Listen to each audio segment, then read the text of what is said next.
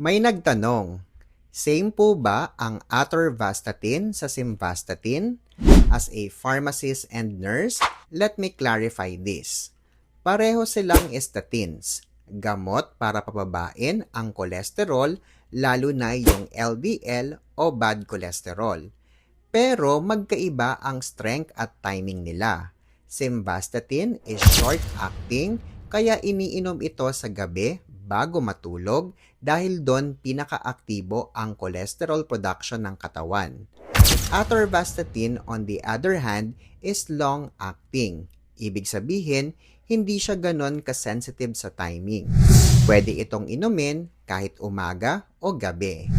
Bukod pa doon, mas malakas ang effect ng atorvastatin kumpara kay simvastatin, kaya minsan mas mababa ang chance na kailangang dagdagan ang dose.